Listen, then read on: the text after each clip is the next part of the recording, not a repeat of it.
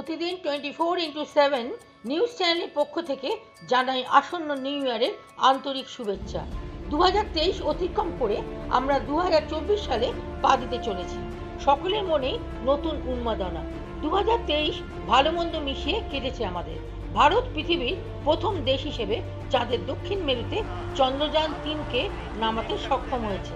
ইতিমধ্যে সূর্যের অভিমুখে ছুটে চলেছে আদিত্য L1। বিশ্বকাপ ক্রিকেটে বিজয়ী না হতে পারলেও ভারত রানার্স হয়েছে। সামগ্রিকভাবে দেশ ও রাজ্যের আর্থিক বিকাশ ঘটেছে। আন্তর্জাতিক ক্ষেত্রে ভারত নিজেকে প্রতিষ্ঠা করতে পেরেছে।